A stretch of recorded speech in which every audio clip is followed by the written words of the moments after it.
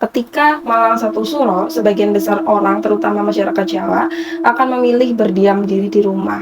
Beberapa keyakinan menyebut bahwa orang yang memiliki kesialan weton tertentu memang dilarang keluar rumah karena dapat mengalami.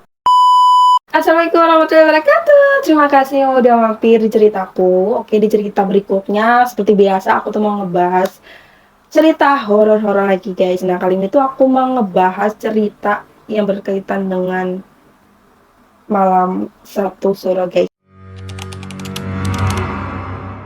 Pasti masyarakat Jawa tuh udah tahu dengan malam satu suro ini tuh dianggap ya begitu ya guys ya.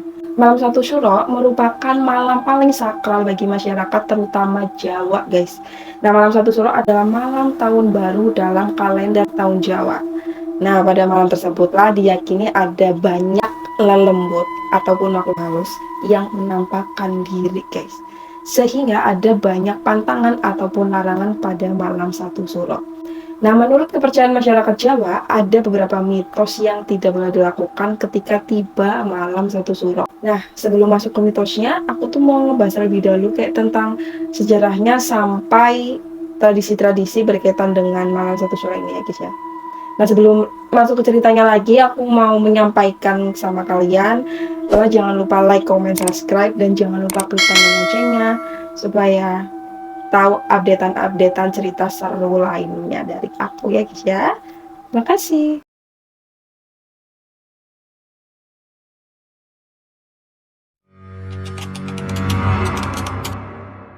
Masuk ke sejarah satu suro.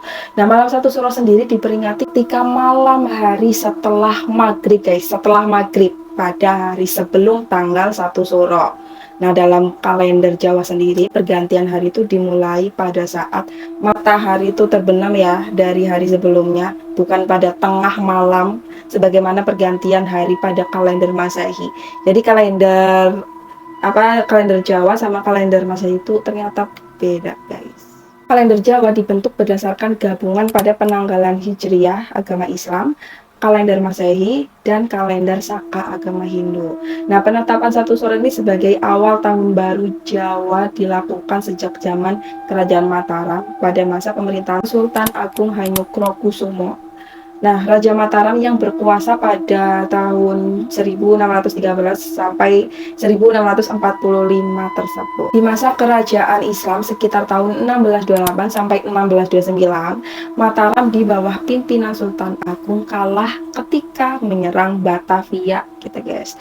Nah, setelahnya pasukan Mataram mulai terbagi menjadi beberapa keyakinan tuh. Nah, oleh sebab itu Sultan Agung memutuskan pembuatan kalender tahun Jawa agama Islam atau penggabungan tahun Saka Hindu dan tahun Islam. Nah, juga menyatakan pergantian penanggalan Saka yang berbasis putaran matahari dengan kalender Komariah yang berbasis putaran bulan.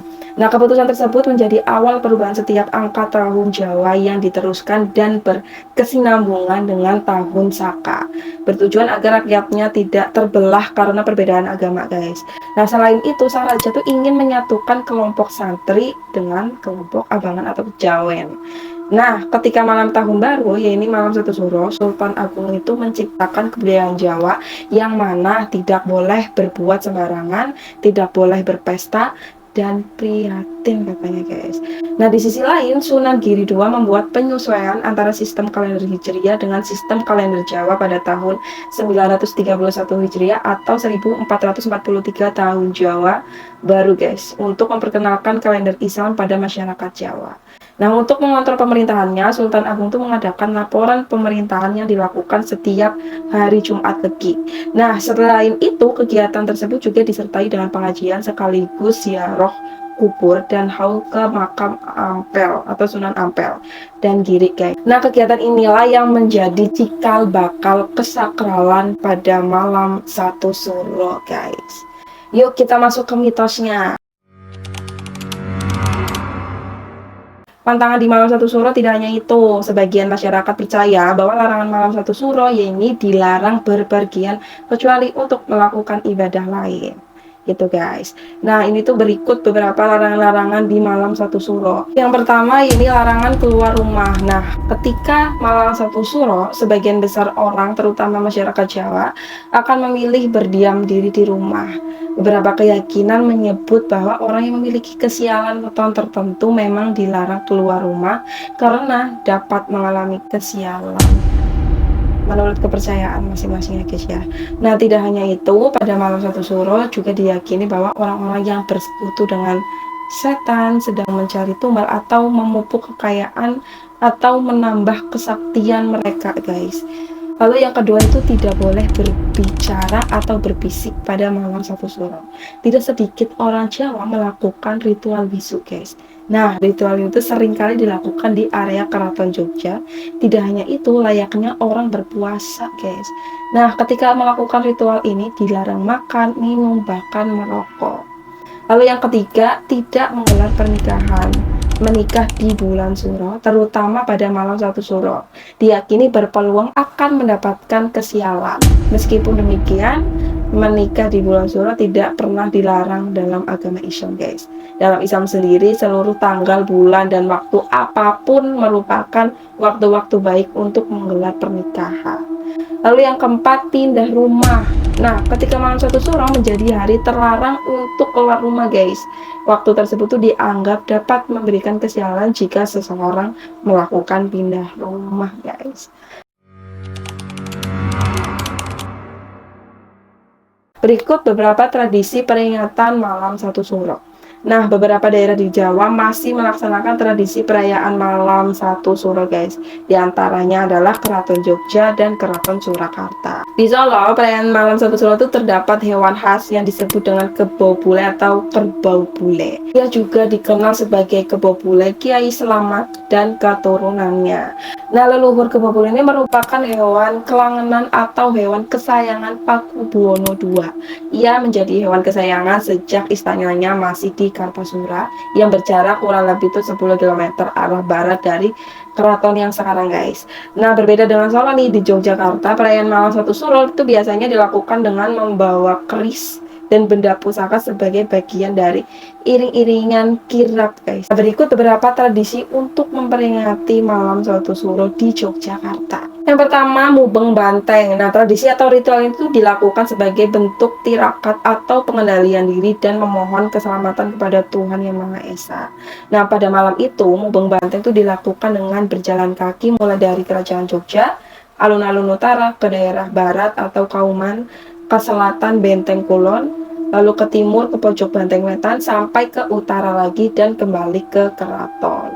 Nah, ketika proses mubeng banteng, para abdi dalam keraton mengenakan pakaian khas Jawa dan tidak beralasan kaki nyeker ya guys ya.